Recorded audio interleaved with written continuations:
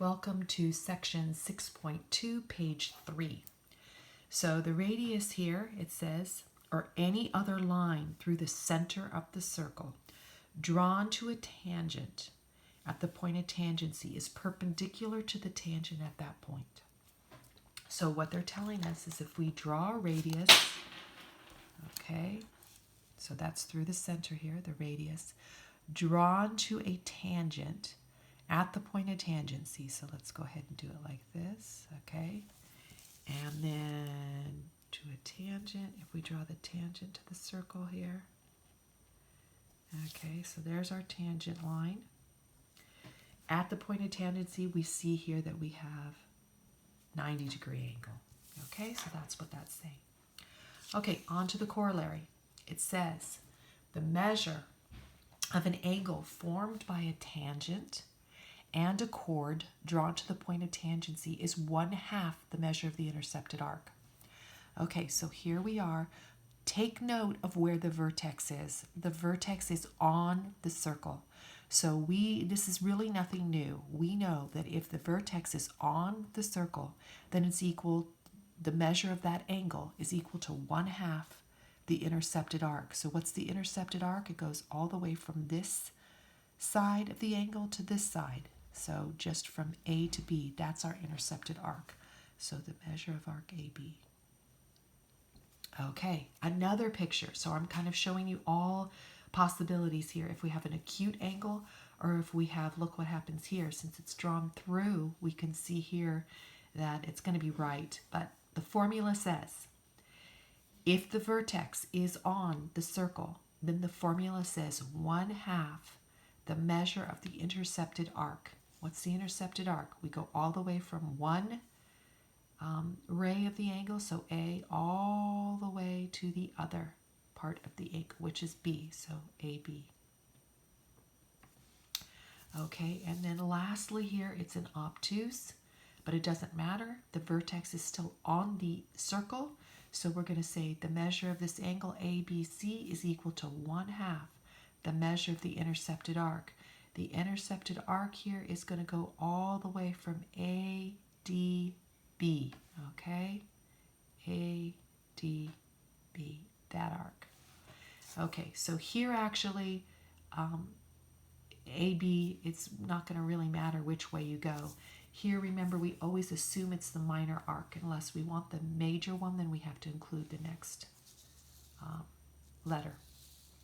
Okay, so we've got that formula down. Here's another formula. Theorem 6.2.5 says the measure of an angle formed when two secants intersect at a point outside. Okay, so that's the critical part here. Outside the circle, okay, is 1/2 the difference, another important word, of the measures of the two intercepted arcs. Okay, so notice here, the vertex is outside the circle. So what does the formula say? It says 1/2 the difference. So we need parentheses, and we're going to subtract the things they're talking about. The two intercepted arcs. Well, of course, we want the big one. Okay, so here's one of the intercepted arcs. So the measure of AD, that's the bigger one, minus the measure of the little one here, PE. Okay, so that's the formula there.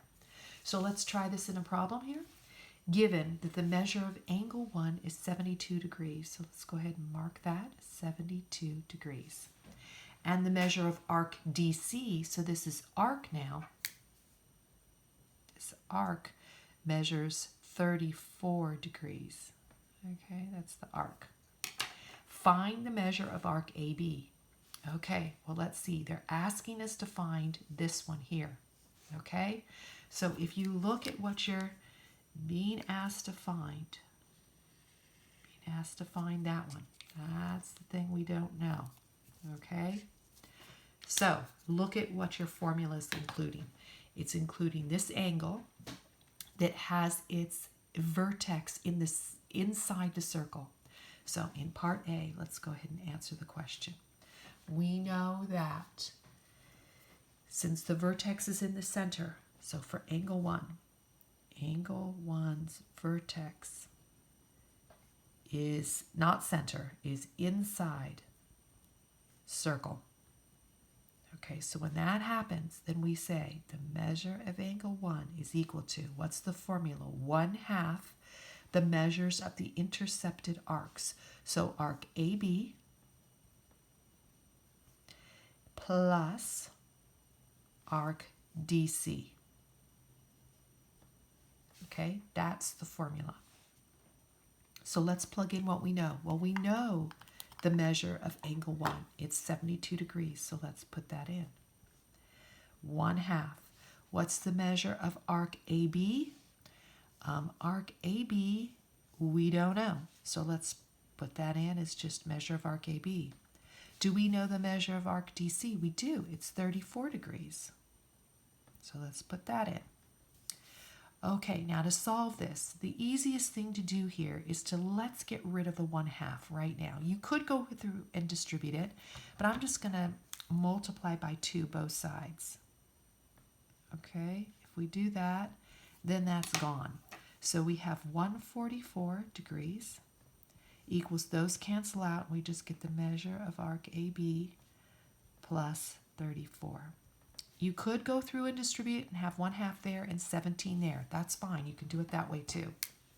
I'm going to subtract 34 from both sides, leaving me 110 for the measure of arc AB.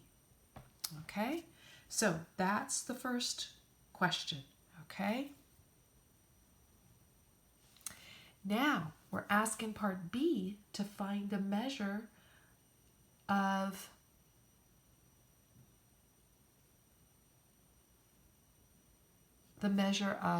angle 2. Okay, so angle 2, notice its vertex is outside the circle. So angle 2's vertex is outside the circle.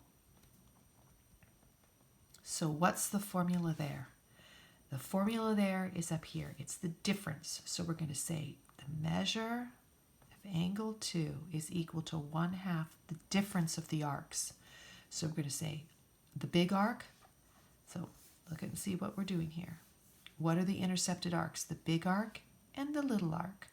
So we're going to say the measure of arc AB minus the little one, DC. Okay, so the measure of angle 2 equals 1/2. What's the measure of arc AB? Well, we just found it to be 110. What's the measure of arc DC? They gave it to us as 34. So the measure of angle 2 is equal to 1/2. We're going to subtract there, and what do we get? We get a 6 and a 7, right? 76. Okay, and then we have 1/2 of that. So that's going to be 38 degrees. So that's the measure of angle 2. Okay, that concludes page 3.